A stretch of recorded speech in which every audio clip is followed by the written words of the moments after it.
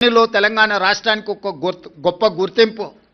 Per capita దేశంలోనే number 1 3,87,000 రూపాయలతో per capita ఇన్కంలో కానీ జిఎస్డిపిలో కానీ అన్ని రంగాలలో తెలంగాణ దేశంలోనే నెంబర్ 1 రాష్ట్రంగా ఈరోజు అభివృద్ధి పదం వైపు నడుస్తున్నది.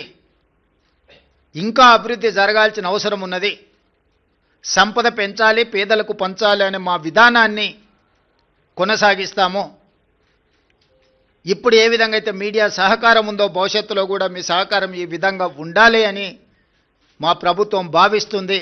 మీడియా మిత్రులకు కూడా మీ సహకారం అందించినందుకు మనస్ఫూర్తిగా ధన్యవాదాలు తెలియజేస్తున్నాను.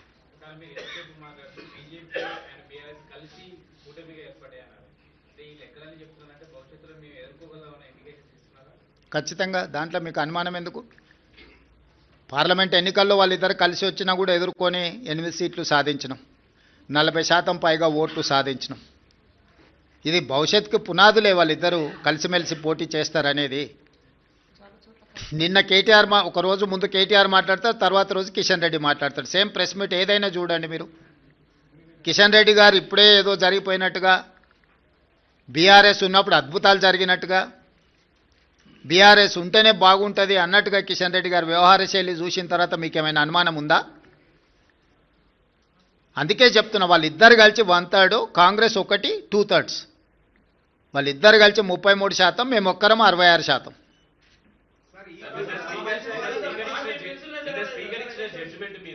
రాహుల్ గాంధీ రాజ్యాంగాన్ని పట్టుకొని దేశవ్యాప్తంగా సేవ్ డెమోక్రసీ అంటున్నారు. వాళ్ళ అధికారంలో ఉన్న రాష్ట్రంలో మాత్రం డెమోక్రసీని కూల్ చేశారు. రాహుల్ గాంధీ సమాధానం చెప్పాలంటున్నారు. ఎవరు?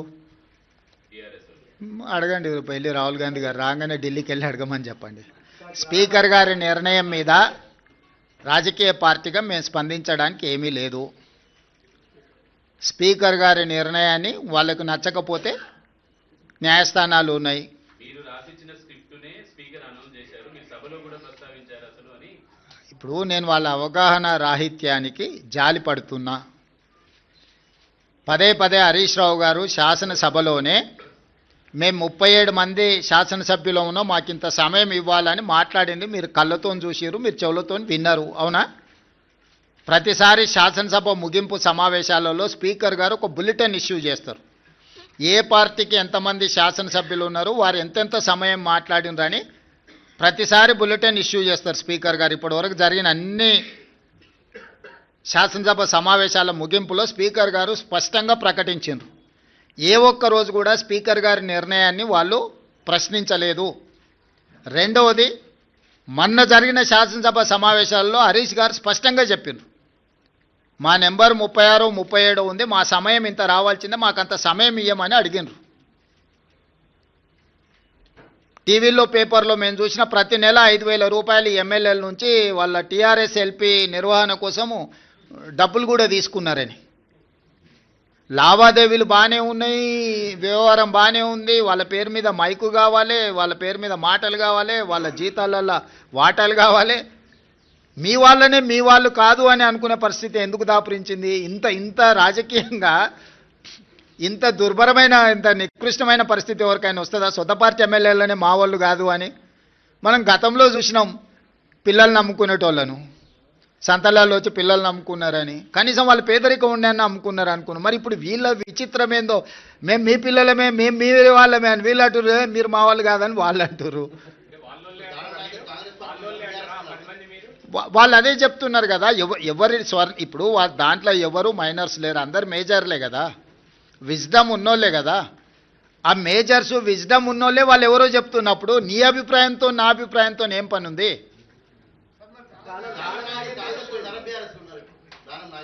నాగేందర్ గారు చెప్తారు కదా, మీరు అడగండి, చెప్తాం, మీరు అడిగినరు అని చెప్పి.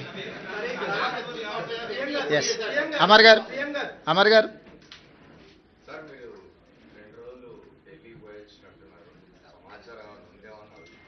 దేని గురించి? సంజయ్ రౌత్ ఒక స్పెసిఫిక్ స్టేట్మెంట్ చేసినాడు. డిసెంబర్ 19 నాడు ప్రైమ్ మినిస్టర్ మారబోతున్నాడు, బిగ్ సెన్సేషన్. మీకు ఏమైనా సమాచారం లేదు? ప్రైమ్ మినిస్టరే దేశంలో లేడు, ఆయనే విదేశాలలో ఉన్నాడు. అసలు 19 లోపల వస్తాడో రాడో కూడా నాకు సమాచారం లేదు. కాబట్టి మార్పు గురించి ఐ డోంట్ నో, అంటే ఆయన స్టేట్మెంటు నా దృష్టిలో లేదు, మార్పు విషయం అసలే లేదు. ఎందుకంటే అది ఎల్పీ తీసుకోవాల్సిన, లెజిస్లేచర్ పార్టీ తీసుకోవాల్సిన నిర్ణయం నా దృష్టిలో లేదు. రెండేళ్ల పాటు ఫామ్ హౌస్ కి పరిమితమయ్యాడు. ఇప్పుడు బయటకు వచ్చేటువంటి సమయం వచ్చింది. ఈ 2-3 రోజుల్లో బయటకు వచ్చి గ్రామ పంచాయతీ ఎన్నికలు వచ్చిన రిజల్ట్ బేస్ చేసుకుని జనాల్లోకి వెళ్ళాలనేటువంటి నిర్ణయానికి వచ్చినట్టు తెలుస్తోంది. దాని ఎట్లా మీరు ఎట్లేముంది, 2023 కంటే ముందు కేసీఆర్ బయటనే ఉన్నారు కదా, వాళ్ళు క్షేత్రస్థాయిలో పర్యటిస్తున్నప్పుడే కదా వారు ఓడించింది. వారు క్రియాశీలక రాజకీయాలలో ఉన్నప్పుడే కేసీఆర్ గారిని ఓడించి కాంగ్రెస్ పార్టీ అధికారంలోకి వచ్చింది. ఇప్పుడు వారు క్రియాశీలక రాజకీయాలలోనే లేరు. గజ్వేల్ అసెంబ్లీలోనే కాంగ్రెస్ పార్టీ మెజారిటీ గ్రామ పంచాయతీలు గెలుచుకున్నది. అంటే గజ్వేల్ నియోజకవర్గ ప్రజలు కూడా కేసీఆర్ గారు క్రియాశీలక రాజకీయాలలో లేరు, రాజకీయాలతో వారికి సంబంధం లేదు. ఒకవేళ ఉన్న గజ్వేల్ శాసనసభ సభ్యుడిగానే వారి వల్ల ప్రయోజనం లేదని ప్రజలు ఈరోజు తీర్పిచ్చిండ్రు. గజ్వేల్ నియోజకవర్గ ప్రజలే కేసీఆర్ నాయకత్వాన్ని తిరస్కరించి అక్కడ కాంగ్రెస్కు మెజారిటీ గ్రామ పంచాయతీలు ఇచ్చిన తర్వాత ఇంకా ఏదో అద్భుతం జరుగుద్ది అని, అల్లావుద్దీన్ అద్భుత దీపం వస్తుంది అని ఆశిస్తే అది ఆశావాహుల యొక్క అభిప్రాయం. నేను కొత్తగా చెప్పడానికి ఏం లేదు.